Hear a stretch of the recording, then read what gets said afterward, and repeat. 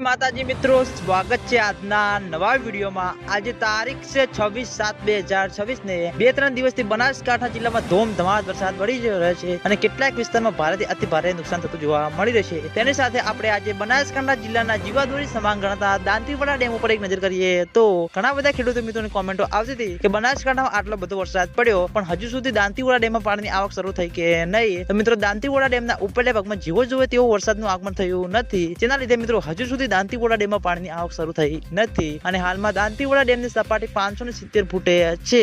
દાંતીવાડા ડેમની ભયાનક સપાટી 604 ફૂટ છે મિત્રો। અત્યાર સુધીમાં મિત્રો હજુ સુધી 2026માં દાંતીવાડા ડેમમાં નવા નીરનું આગમન થયું નથી અને દાંતીવાડા ડેમમાં નવા નીરનું આગમન થશે તો સૌથી પહેલા તમને બધાને આ ચેનલ દ્વારા વિડીયો બનાવીને જાણ કરવામાં આવશે। એટલે તમે બધા અમારી ચેનલ ઉપર નવા હોય તો વિડીયોને લાઈક કરી દેજો, કોમેન્ટ કરી દેજો અને ચેનલને સબસ્ક્રાઇબ પણ કરી દેજો। તો મિત્રો, જય માતાજી।